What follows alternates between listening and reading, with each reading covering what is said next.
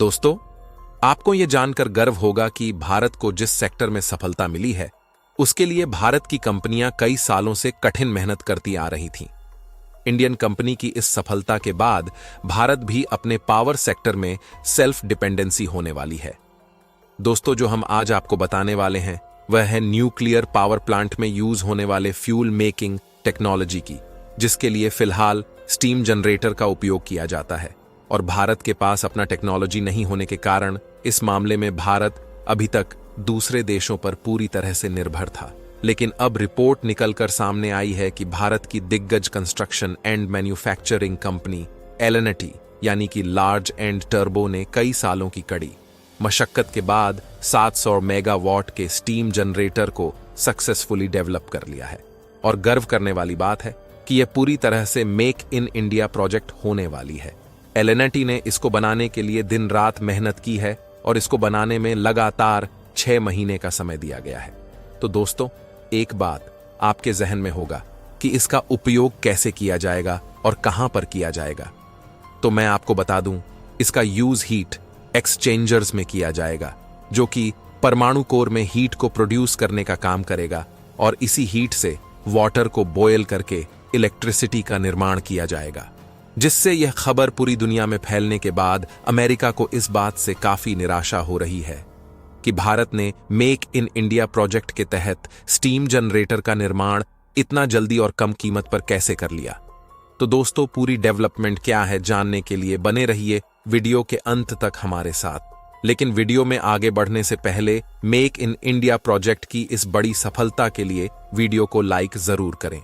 दोस्तों, भारत में जो न्यूक्लियर पावर प्लांट है उन्हें ओन ऑपरेट करने के लिए भरपूर मात्रा में एक यूनिक फ्यूल का इस्तेमाल होता है, जिससे अभी तक भारत के पास इसको बनाने की अपनी टेक्नोलॉजी नहीं थी। इसलिए फ्यूल आपूर्ति के लिए हमें दूसरे देशों पर ही निर्भर रहना पड़ता था, जिससे कभी कभी न्यूक्लियर पावर प्लांट में इस्तेमाल होने वाले फ्यूल को अपने देश में पहुंचने में कठिनाइयों का भी सामना करना पड़ता था। और इसके बाद भी हमें इसके लिए दूसरे देशों की कंपनी को हाई कास्ट भी देना पड़ता था। और यह सब के देखते हुए भारत की दिग्गज construction and manufacturing company L&T यह टेक्नोलॉजी पर कई साल पहले से काम कर रही थी।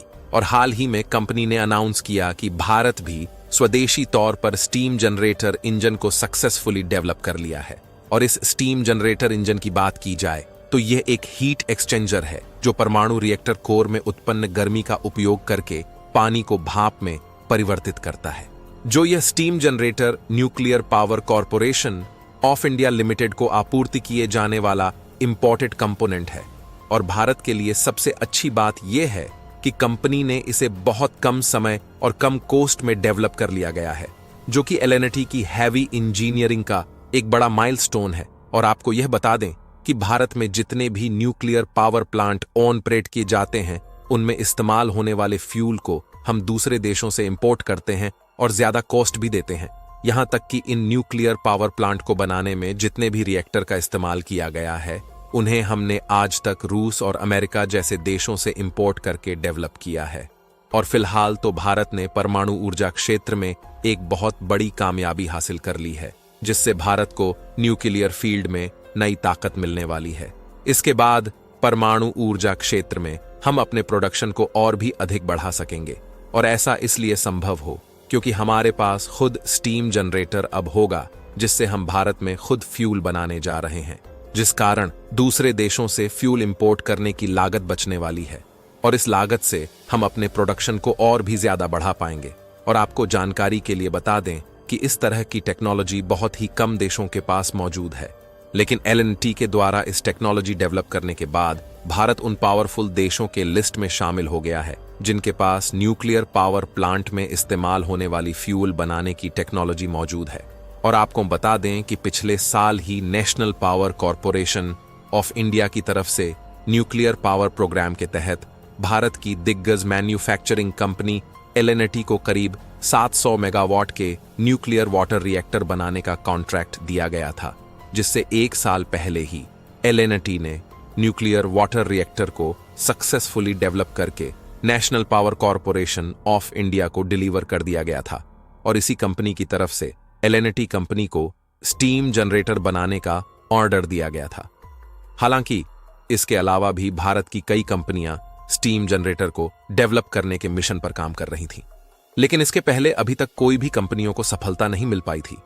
लेकिन फिलहाल एल&टी के वैज्ञानिकों ने जो करके दिखाया है, जिससे भारत की नई ताकत का अंदाजा पूरे दुनिया में एक मिसाल कायम कर रहा है। और इस खबर की जानकारी खुद लार्स एंड टर्बो ने एक्स पर पोस्ट के माध्यम से दी है।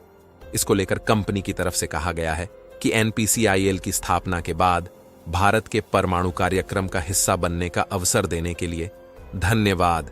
वहीं कई तरह के परेशानियों के बावजूद हमने इस माइलस्टोन को समय से पहले पूरा किया है, जिससे मेक इन इंडिया प्रोजेक्ट के तहत इस तरह का रिएक्टर भारतीय कंपनी एल&टी के द्वारा बनाना एक बड़ी अचीवमेंट माना जा रहा है। और इसके पहले हमें इन कामों के लिए विदेशी कंपनियों पर निर्भर होना पड़ता था, मगर अब हालात बदल चुकी हैं और विदेशी कंपनियों की जगह धीरे धीरे हर क्षेत्र में भारतीय कंपनी अपनी जगह बना रही है, जिससे भारत की डेवलपमेंट हो रही है। वहीं एक्सपर्ट्स का मानना है कि एक समय ऐसा आएगा कि भारत को पूरी तरीके से दूसरे देशों पर डिपेंडेंसी खत्म कर देगी, चाहे यूरेनियम हो या फिर विदेशी रिएक्टर्स। और यह समय आज हो या फिर आज से 25-30 साल बाद, भारत के अंदर एल&टी जैसे बड़े कंपनी इसी तरीके के प्रोजेक्ट में पार्टिसिपेट करते रहेंगे और भारत को स्वदेशी तौर पर नई नई टेक्नोलॉजी देते रहेंगे। अल्टीमेटली इन सारी कंपनियों के अंदर भारतीय वैज्ञानिक काम कर रहे हैं, जो दिन रात अपनी मेहनत के चलते भारत को एक नई ऊंचाई पर ले जा रहे हैं।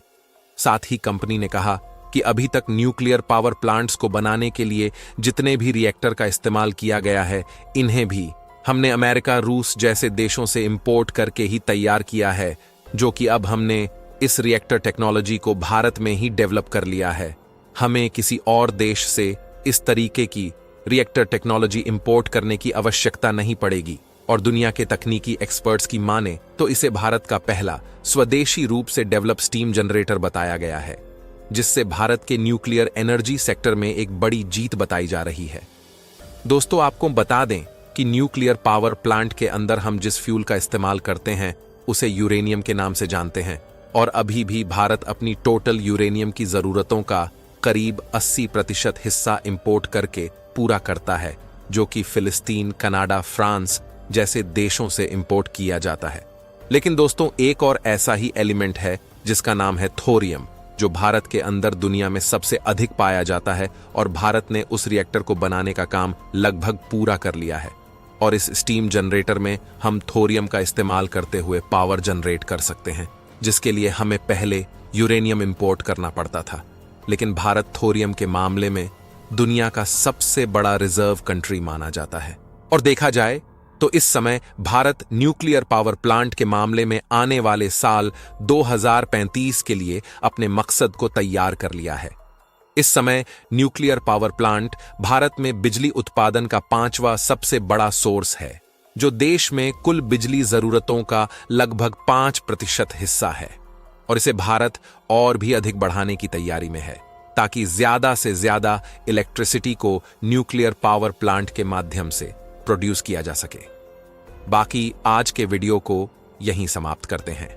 दोस्तों, भारतीय कंपनी एल&टी के द्वारा स्वदेशी तौर पर स्टीम जनरेटर को जिस तरह से तैयार कर लिया गया है, उसके लिए वीडियो को एक लाइक करके कमेंट में जय हिंद जरूर लिखें और वीडियो को अपने मित्रों तक शेयर करें, ताकि उन्हें भी जानकारी मिल सके। और दोस्तों, अभी तक मेरा चैनल सब्सक्राइब नहीं किए हैं तो सब्सक्राइब कर ले और बेल आइकन ऑन कर ले। जय श्री राम, जय हिंद।